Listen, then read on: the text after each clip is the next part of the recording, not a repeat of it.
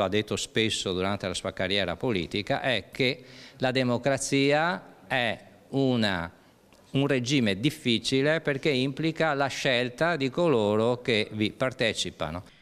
Ed è proprio La scelta il titolo dello spettacolo che andrà in scena giovedì al Teatro Remondini di Bassano del Grappa, tratto dalla Giovane Tina Anselmi di Mauro Pitteri.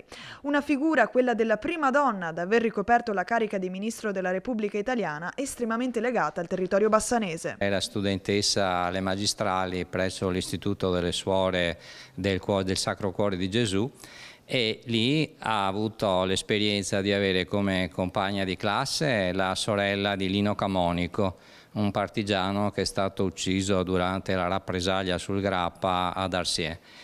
Lo spettacolo teatrale è stato realizzato in collaborazione con la CISL di Vicenza. È stata una nostra iscritta, fondatrice della CISL, impartendo valori antifascisti come molti altri, Pastore, Cengerle, nostri padri fondatori che oggi rivivono in questa ricerca, in questo spettacolo. Il sipario, che si alzerà alle 21, vuole dare un messaggio importante anche e soprattutto alle giovani generazioni. Per scegliere bisogna essere informati, bisogna sapere, e soprattutto lei si rivolgeva alle ragazze dicendo loro che se oggi hanno quei diritti è che perché tante ragazze come lei all'epoca, 17enni, avevano partecipato alla Resistenza, e soprattutto diceva loro che le conquiste non sono mai definitive e che soprattutto alle ragazze nessuno avrebbe mai regalato nulla, e quindi bisognava continuare a impegnarsi in quello che era il loro principale obiettivo,